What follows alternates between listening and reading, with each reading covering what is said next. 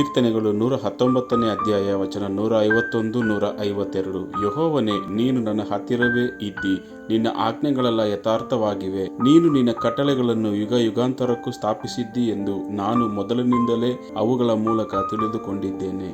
Psalms chapter 119 verse 151 152. Yet you are near, Lord, and all your commands are true. Long ago I learned from your statutes that you established them to last forever.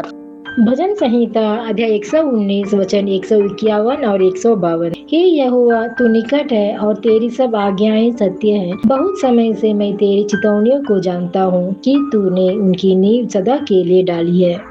சங்கீதம் 119 அதிகாரம் 151 152 வசனங்கள். கர்த்தாவே, நீர் சமீபமாயிருக்கிறீர். உமது கற்பனைகள் எல்லாம் உண்மை. நீர் உம்முடைய சாட்சிகளை என்றென்றைக்கும் நிற்க ஸ்தாபித்தீர் என்பதை அவைகளால் நான் நெடுநாளாய் அறிந்திருக்கிறேன். కీర్తనలు 119వ అధ్యాయం 151 52 వచనం.